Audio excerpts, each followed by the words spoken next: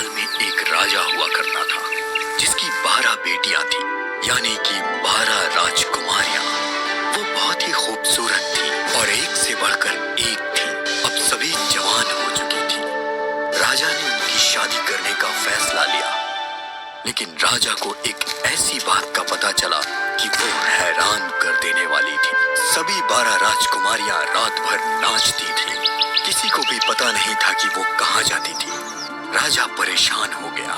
उसने राजमहल के कमरे का दरवाजा बंद कर दिया ताकि राजकुमारियां बाहर ना जा सके। लेकिन उसकी सारी कोशिशें नाकाम हुई, क्योंकि उसने देखा कि रानियों के जूते में छेद थे। वो काफी चिंतित हो उठा और उसने ऐलान किया, जो भी कोई राजकुमारी के नाच के राज के बारे में बताएगा, उसे अपनी पसंदीदा राजकुमारी से शादी करने का मौका मिलेगा और वो मेरे देहांत के बाद राजा भी बना दिया जाएगा।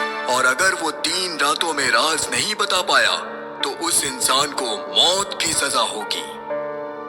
ये खबर राज्य के चारों ओर फैल गई। एक राजकुमार आगे आया जो नाच के राज का पता लगाना चाहता था। मैं आपके पड़ोसी राज्य का राजकुमार हूँ और मैं यहाँ आपकी राजकुमारियों के नाच के राज का पता लगाने आया हूँ। राजा ने उसका अपने राज्य में स्वागत किया। रात के भोजन के बाद उसको उसने सोने के लिए एक आलीशान कमरा दिया। वो कमरा राजकुमारियों के कमरे के पास ही था। उसका पलंग ऐसा रखा गया था कि वो रात भर उन पर नजर रख सके और ये पता लगा सके कि वो नाचने कहाँ जाती हैं। राजकुमारियों के कमरे का दरवाजा खुला रखा गया था। राजकुमार अपने कमरे में था, तभी उसके पास 2 राजकुमारियां आईं। उन्होंने उसे शरबत पीने को दिया। राजकुमार ने शरबत पिया और राजकुमारियों की हरकत पर नजर रखने लगा। कुछ देर वो बैठा था, फिर उसका सर उसे भारी लगने लगा और वो सो गया।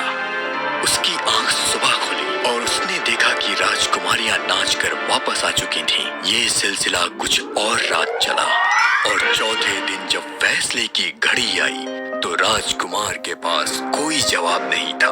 राजा ने बिना दया दिखाए उसे मौत की सजा सुनाई। इसके बाद कई लोगों ने अपनी तकदीर आजमाई, लेकिन वो राज का पता नहीं लगा पाए। उनको भी राजा ने मौत के घाट उतार दिया। राजा भी उन्हें मारकर खुश नहीं था और उसे इस बात का दुख भी था कि कोई भी राजकुमारियों के नाच के राज का पता नहीं लगा पा रहा। उस राज्य में एक सैनिक था जो जख्मी होने की वजह से सेना को छोड़कर वापस आ गया था। अब उसके पास कोई काम नहीं था, इसलिए वो राजा के नगर की तरफ चल पड़ा। रास्ते में उसे एक बुढ़िया मिली। उसने उसकी मदद की। उस बुढ़िया ने उसका धन्यवाद किया और उससे पूछा, तुम कहाँ जा रहे हो? मुझे कुछ पता नहीं है। मैं सोच रहा था कि राजा के नगर जाऊं। अच्छा, राजकुमारियों के लिए? नहीं, लेकिन इसका राजकुमारियों से क्या ताल्लुक? क्या तुमने राजा का ऐलान नहीं सुना? ओह, हाँ मैंने ये सुना है, लेकिन अगर मैं इस मतलब से वहाँ गया तो मुझे अपनी जान गंवानी पड़ेगी, जैसे कि बाकी लोगों ने अपनी जान गंवाई है।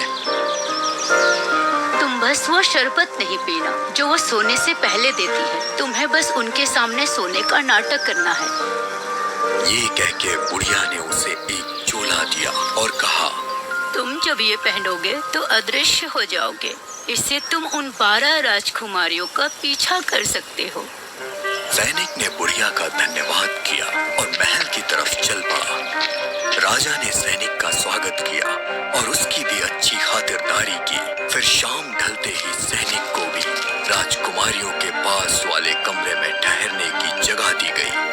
कुछ देर बाद सबसे बड़ी बेटी ने सैनिक के कमरे में प्रवेश किया। आइए राजकुमारी जी। हेलो, तुम्हारा स्वागत है। मैं तुम्हारे लिए शरबत लाई हूँ जो हम सभी की तरफ से है। सैनिक काफी होशियार था। वो सारा शरबत पी गया, लेकिन उसे निगला नहीं, क्योंकि उसने अपनी जुबान के नीचे एक स्पंज रखा था। जैसे ही राजकुमारी कमरे से बाहर निकली, उसने वो स्पंज बाहर निकाल लिया और सोने का नाटक करने लगा।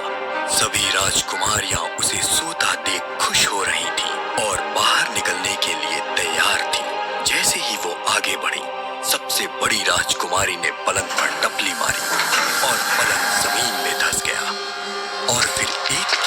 एक सभी राजकुमारियां वहां से नीचे उतर गईं। सैनिक ये सब देख रहा था। उसने तुरंत वो चोला पहना और उनका पीछा करने लगा। वो सबसे छोटी वाली राजकुमारी के साथ नीचे उतर रहा था। आधे रास्ते नीचे उतरने के बाद सबसे छोटी राजकुमारी घबरा गई। लगता है मेरे साथ कोई चल रहा है। हम अंधेरे में चल रहे, इसलिए तुम्हें ऐसा महसूस हो रहा है। चलो आओ। सैनिक ने उसके कपड़े को थोड़ा खींचा तो वो और डर गई। कोई तो मेरे कपड़े को खींच रहा है, मुझे डर लग रहा है। किसी कील में फंस गया होगा, जल्दी से निकालो और चलो। सैनिक मुस्कुराया और राजकुमारियों के साथ चल पड़ा। सभी राजकुमारियां एक खूबसूरत बाग में पहुंची, जहां पेड़ों पे लगी पंखुड़ियां चांदी की थी। सैनिक ने एक पंखुड़ी सबूत के लिए तोड़ ली। जैसे ही उसने पंखुड़ी को तोड़ा, वहां एक जबरदस्त आवाज हुई, जिससे छोटी राजकुमारी फिर से डर गई। क्या तुमने वो आवाज सुनी? हाँ, मानो गोलियों की सलामी थी। एक और आदमी से हमें छुटकारा मिल गया। फिर वो सभी आगे बढ़ी और एक बाग में पहुंची, जहां पेड़ों के पत्ते सोने के थे। सैनिक ने सोने के पत्ते को तोड़ा और फिर वही आवाज हुई। बड़ी राजकुमारी ने अपनी छोटी बहन को इसे अनदेखा करने को कहा। आगे बढ़ते बढ़ते सभी राजकुमारियां एक ऐसी जगह पे पहुंची जहां हीरे ही हीरे थे। सैनिक ने यहाँ भी एक हीरा तोड़ा। छोटी राजकुमारी को फिर वो आवाज सुनाई दी और वो डर गई। इसके बाद सभी राजकुमारियां एक नदी के किनारे पहुंची। वहां 12 राजकुमार थे। सभी राजकुमारियां एक एक राजकुमार के साथ बैठ गई। सैनिक छोटी राजकुमारी के साथ बैठ गया। राजकुमारी, आज नाव कुछ ज्यादा भारी लग रही है। मुझे नाव चलाने में काफी जोर लगाना पड़ रहा है। मुझे नहीं पता, पर मुझे अच्छा लग रहा है।